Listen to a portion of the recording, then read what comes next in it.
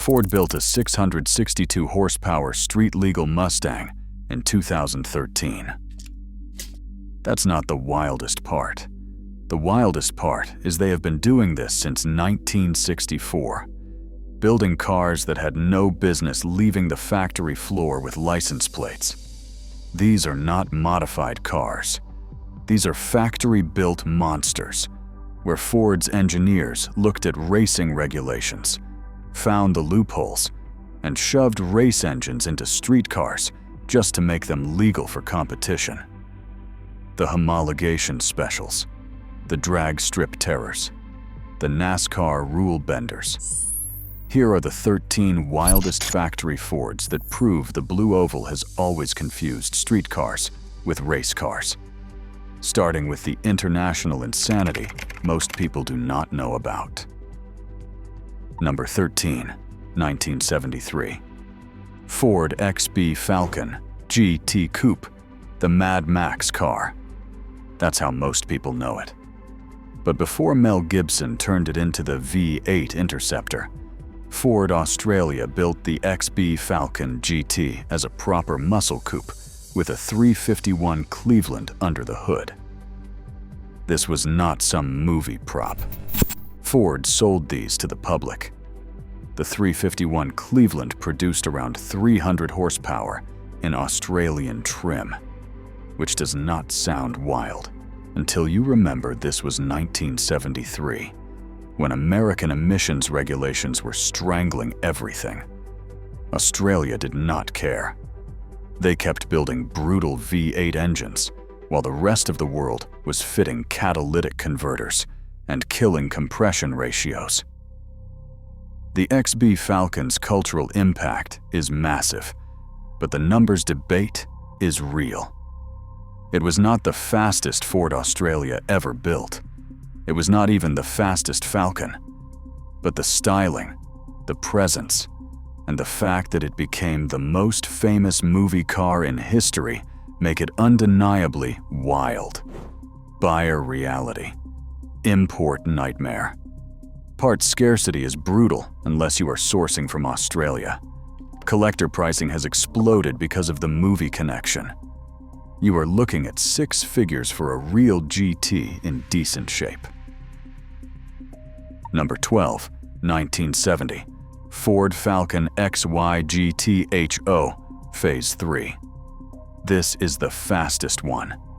In 1971, the XY GT HO Phase 3 was the fastest 4-door production sedan in the world. Ford underreported the horsepower. Officially, Ford claimed 300 horsepower, but real output was much higher, closer to 385 horsepower from the 351 Cleveland engine with a solid lifter cam, a 4-barrel carburetor, and race spec internals. Ford built the car to dominate Bathurst. Homologation rules required a minimum production run, so Ford sold just enough examples to the public to make the model legal. The GTHO demolished the competition at Bathurst in 1970 and 1971. After that, the Australian government reacted to high-speed testing reports and pressured manufacturers to end the horsepower war. Today, clean examples sell for over $1 million Australian dollars. Number 11, 1966 to 1967. 427. Galaxy R-Code Lightweight. Big body sleeper. Ford took the full-size Galaxy, a car that weighed over 4,000 pounds, and shoved the 427 side Oiler race engine into it. Then they started deleting weight. Fiberglass front fenders, fiberglass hood, aluminum bumpers. Deleted sound deadening. Deleted anything that was not required to make it street legal. The R-Code 427 was the single 4-barrel version, rated at 425 horsepower. But this was a race motor. Solid lifters, forged internals, cross-bolted main caps. Ford built these for drag racing, pure and simple. They were not trying to make a comfortable cruiser. They were trying to win superstock. Survival rate is low. Most of these got thrashed at the strip and junked when the engine blew. The ones that survived are worth $150,000 and up. Real values reflect rarity and the fact that almost nobody knows these exist. Number 10. The 1984 to 1986 Mustang SVO, a turbo four-cylinder Mustang. In the middle of the V8 muscle era, Ford built a turbocharged 2.3-liter four-cylinder homologation special focused on European-style handling instead of straight-line brutality. The SVO was controversial. Mustang purists hated it. But Ford needed it to compete in IMSA and international racing series that favored smaller displacement turbos. The 2.3-liter turbo made 175 horsepower in 1984, then 205 horsepower in 1985 to 1986. That does not sound wild until you factor in the Coney adjustable shocks, Hurst shifter, and the fact that it out-handled every other Mustang of the era. Buyer notes: turbo lag is real.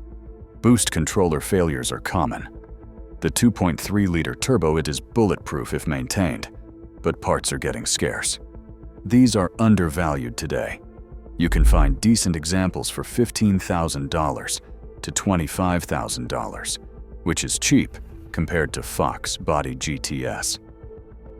Number 9. 1969 Torino Talladega 428 Cobra Jet, aero homologation special.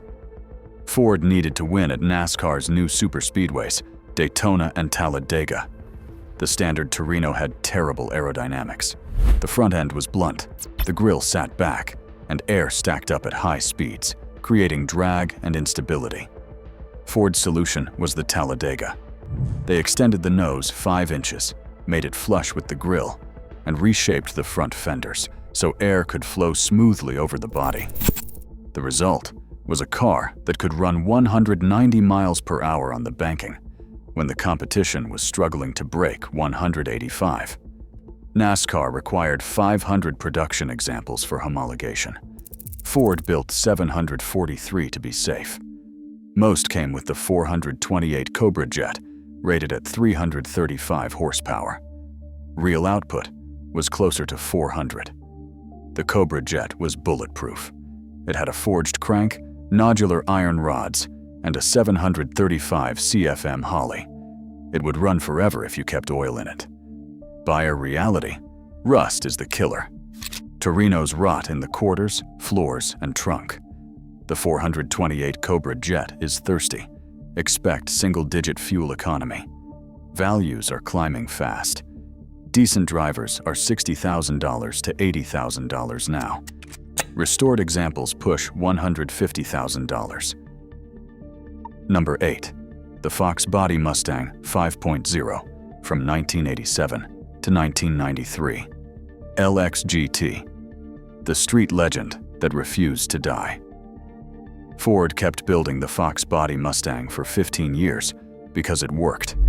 Light chassis, simple pushrod V8, rear-wheel drive, and a price tag that made it accessible to everyone. The 5.0 made 225 horsepower from 1987 to 1993. That does not sound wild until you factor in the curb weight of 3,100 pounds and the aftermarket. The Fox 5.0 became the most modified car in America. Headers, camshaft, gears, and a tune would get you 300 horsepower. Supercharger kits were everywhere. You could build a 10-second Fox on a working-class budget. Cops drove them. Street racers drove them. Your neighbor's kid drove one. They were everywhere, and that ubiquity made them dangerous. A stock Fox 5.0 would run low 14 seconds in the quarter mile. That was faster than most so-called muscle cars of the era. Buyer notes: cheap entry point. You can still find running examples under $10,000. Parts availability is infinite. The aftermarket never stopped supporting these. But clean examples are rare now. Most got beat on, crashed, or modded into oblivion. Rust in the strut towers and floor pans is common. Number 7. 1969 Mercury Cougar. Eliminator 4. 28C. Mercury's answer to the Boss Mustang and Mach 1. Ford gave Mercury the same Cobra Jet 428 that powered the Talladega and GT 500 KR, wrapped it in wilder styling, and added luxury touches the Mustang did not get. The Eliminator came with bold graphics, a functional Ram air hood, and color options that screamed for attention: bright yellow, orange, and blue. Mercury was not subtle. The 428 Cobra Jet made the same 335 horsepower as every other CJ application, which meant real output near 400. The Eliminator handled better than you would expect for a big block Mercury. The suspension was stiff, the steering was quick for the era, and the car felt more planted than the Mustang. But visibility was terrible. The Cougar's long hood and thick pillars made parking a nightmare. The collector market is heating up. These cars were always overshadowed by Mustangs, so values stayed lower. That is changing. Clean Eliminators are $80,000 to $120,000 now. Rust and previous owner abuse are common. Most of these got thrashed and forgotten. Number 6. 1968. Shelby GT 500 KR. King of the Road. That's what KR stood for. Shelby and Ford weren't being subtle. They built the GT 500 KR to crush everything in stoplight wars, and the 428 Cobra Jet was the weapon they chose. Ford rated the 428 Cobra Jet at 335 horsepower. That was a lie designed to keep insurance companies happy and National Hot Rod Association tech inspectors confused. Real output was closer to 400 horsepower. The Cobra Jet used the same bottom end as the 427 side oiler, with a different bore and stroke. It had a 735 cubic feet per minute. Holley carburetor, Ram air induction, and exhaust manifolds that flowed better than most headers of the era. The GT 500 KR wasn't about handling or braking. It was about dominance from a stoplight to the next intersection. The car weighed 3,600 pounds, but the torque curve was so fat that it didn't matter. First gear was over in 2 seconds. Second gear would break the tires loose at 40 miles per hour if the pavement wasn't perfect. Buyer reality. Clone epidemic. Real KR cars command 6 figures, so the market is flooded with fakes. Verify the vehicle identification number, the Marty report, and every detail before you hand over money. The 428 Cobra Jet maintenance is brutal. The solid lifter valvetrain needs adjustment every 3,000 miles. Expect 8 miles per gallon if you drive it hard.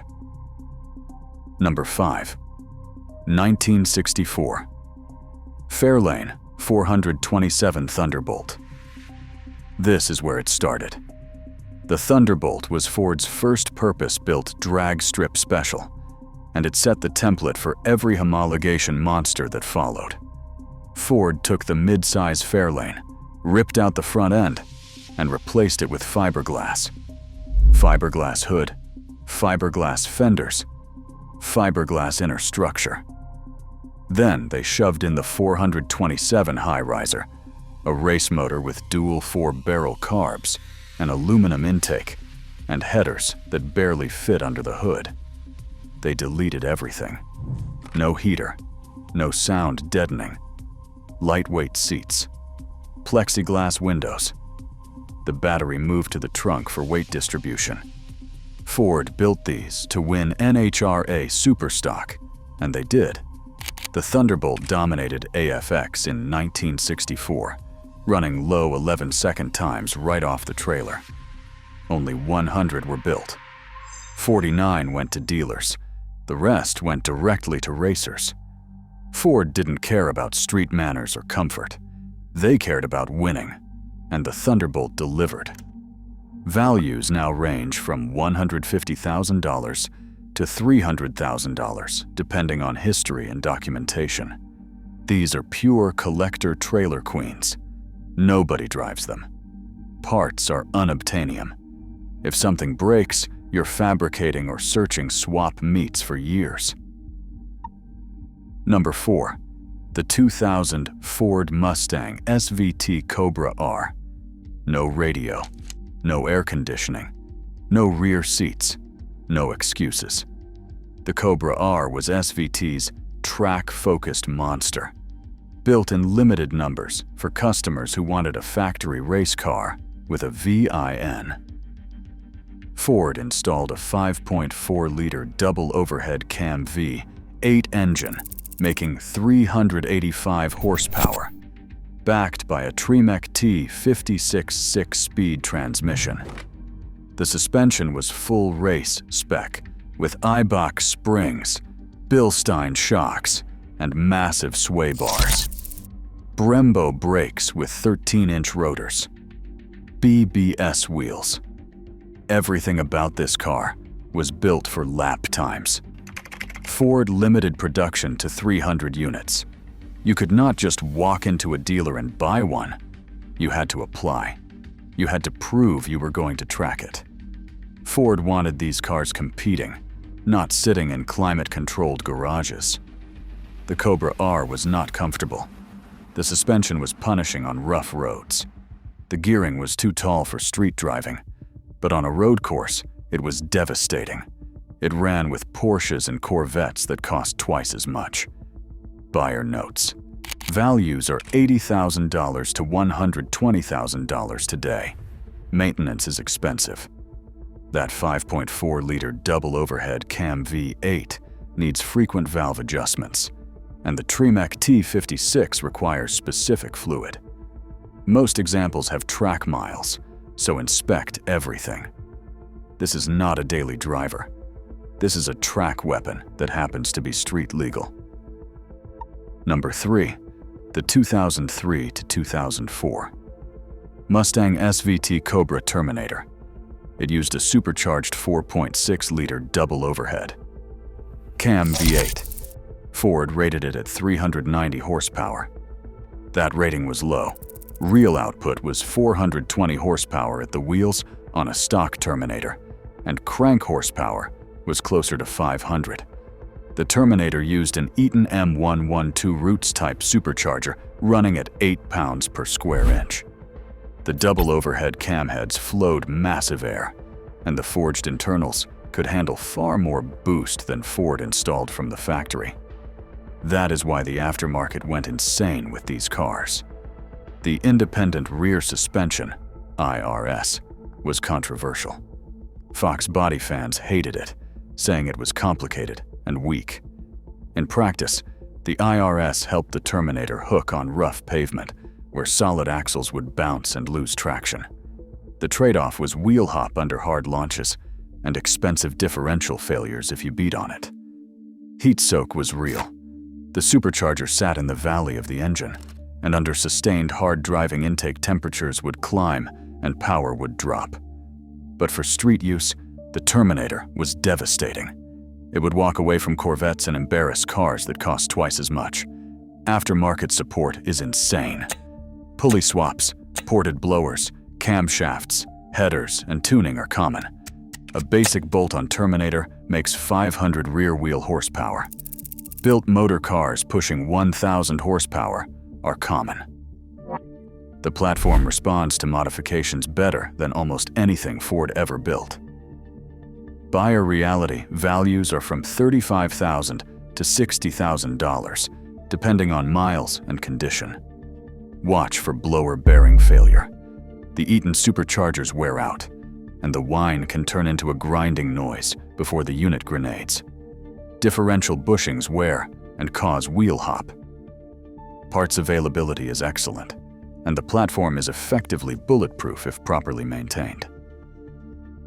Number 2, 1969 to 1970. Mustang Boss 429 a NASCAR homologation special.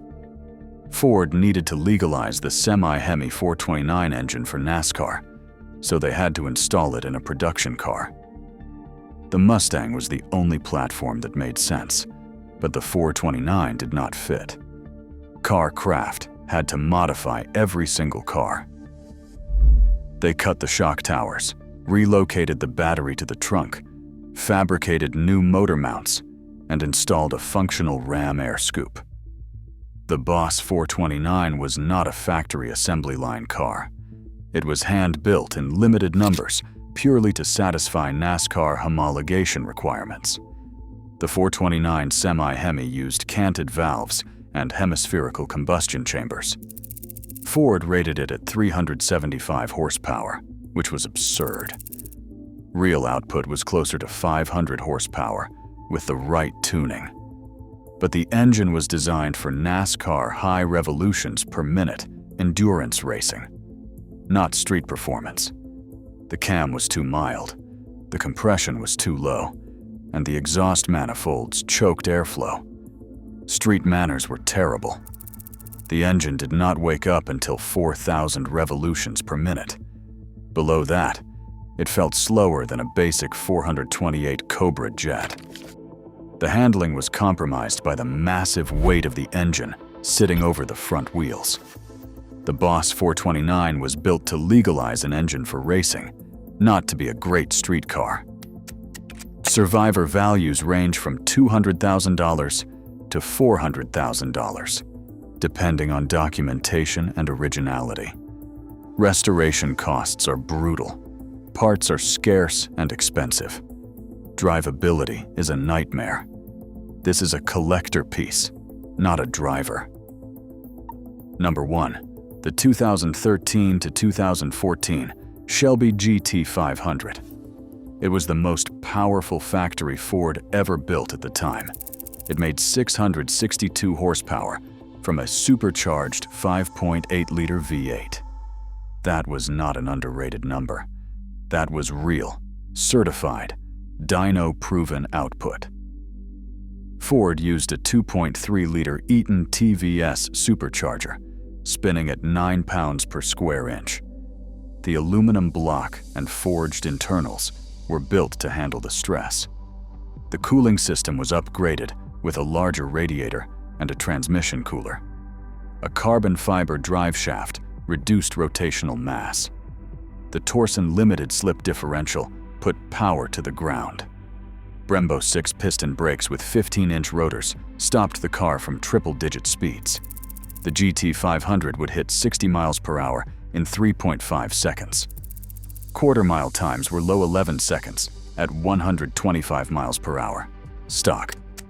Top speed was 202 miles per hour, limited by aerodynamics and gearing. This was supercar performance from a factory Mustang. Heat management was the weak point. Track use would overheat the engine, the transmission, and the differential. Ford built this car for street dominance, not sustained track sessions. But on the street, nothing touched it. The GT500 destroyed Corvettes, Vipers, and European exotics that cost twice as much. The pattern is clear. Ford's wildest cars exist because they refuse to separate street and strip. Every homologation special, every drag monster, every NASCAR rule bender started as a race car that Ford forced into street legal form. Ford's wildest cars exist because they refused to separate street and strip.